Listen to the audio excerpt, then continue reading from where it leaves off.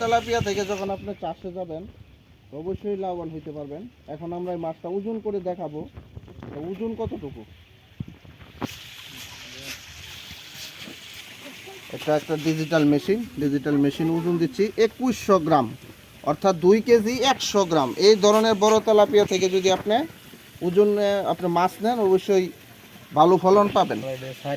মাছ এরকমই তো শোনা হয়েছে।